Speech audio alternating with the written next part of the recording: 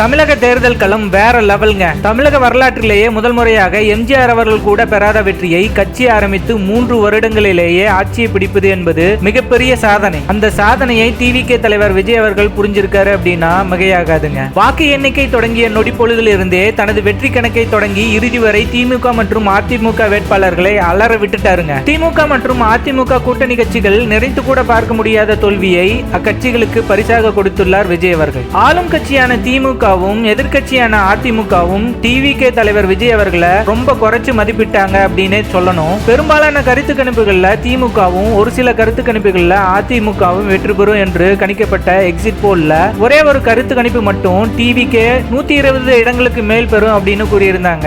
அதை கேட்டு எள்ளி நகையாடிய எதிர்கட்சிகள் இப்போது தங்களின் படுதோல்வியின் மூலம் பாடம் கற்றுக்கொண்டுள்ளனர். 95% வேட்பாளர்களின் பெயர்கள் கூட அத்தொகுதி மக்களுக்கு தெரியாத ஒரு கட்சியின் வேட்பாளர்களை இந்த அளவிற்கு வெற்றி பெற செய்தது விஜய் என்ற ஒரு முகத்திற்காக மட்டுமே என்று சொன்னால் மிகையாகாதுங்க. விஜய் அவர்கள் அனைத்து தொகுதிகளிலும் பிரச்சாரம் செய்திருந்தால் களம் வேற மாதிரி ஆயிருக்குங்க. மன்னிக்கணும், விஜய் அவர்களை அனைத்து தொகுதிகளிலும் பிரச்சாரம் செய்ய விட்டிருந்தாங்க அப்படின்னா களம் வேற லெவல்ல மாறி இருக்கும் அப்படின்னு சொன்னா மிகையாகாதுங்க. பணபலம், அதிகார பலம், கட்சி கட்டமைப்பு ஆகிய எதுவும் இன்றி இன்று தமிழக தேர்தல் களத்தை கதிகலங்க வைத்த பெருமை விஜய் அவர்களையே சேருங்க. மேலும் விஜய் அவர்களை நம்பி வாக்களித்த 1.5 கோடி மக்களின் நம்பிக்கையை விஜய் அவர்கள் பூர்த்தி செய்வார் அப்படின்னு நம்புவோம். நன்றி.